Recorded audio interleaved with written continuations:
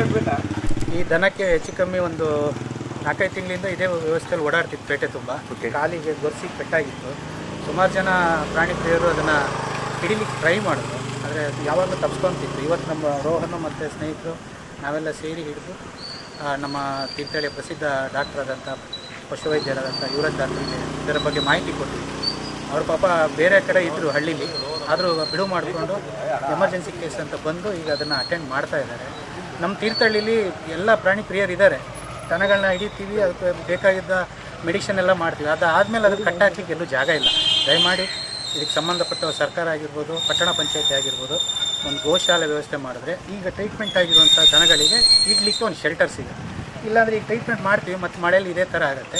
ಮತ್ತು ದನಕ್ಕೆ ಸಂಬಂಧಪಟ್ಟವ್ರು ಯಾರೇ ಇದ್ದರೂ ಅವ್ರವ್ರ ಮನೆ ದನಗಳನ್ನ ಬಿಟ್ಟ ಮೇಲೆ ಹೊಡ್ಕೊಂಡು ಹೋಗೋದನ್ನ ಕಲಿತ್ರೆ ಪೇಟೆಯಲ್ಲಿ ಈ ಥರ ದುರ್ಘಟನೆಗಳು ನಡೆಯೋದು ತಪ್ಪತ್ತು ಸರ್. ನಮ್ಮ ಮಾರ್ಕೆಟ್ ರೋಡು, ಈ ಮಾರ್ಕೆಟ್ ರೋಡ್ ಹತ್ರ ನಮ್ಮ ವಾಟರ್ ಟ್ಯಾಂಕ್ ಎದುರುಗಡೆ ಈ ಥರ ಘಟನೆ ಆಗಿರೋದು. ಅಂದರೆ ದನ ಪೆಟ್ಟಾಗಿರೋದು ಬೇರೆ ಕಡೆ, ಅದು ನಡೆಯೋಕ್ಕಾಗದೆ ಇವತ್ತು ಇಲ್ಲಿ ನಮ್ಗೆ ಸಿಕ್ಕಿದೆ. ಹಾಗಾಗಿ ಇಲ್ಲೇ ಇದಕ್ಕೆ ಟ್ರೀಟ್ಮೆಂಟ್ ಮಾಡ್ತಾಯಿದ್ದೀವಿ.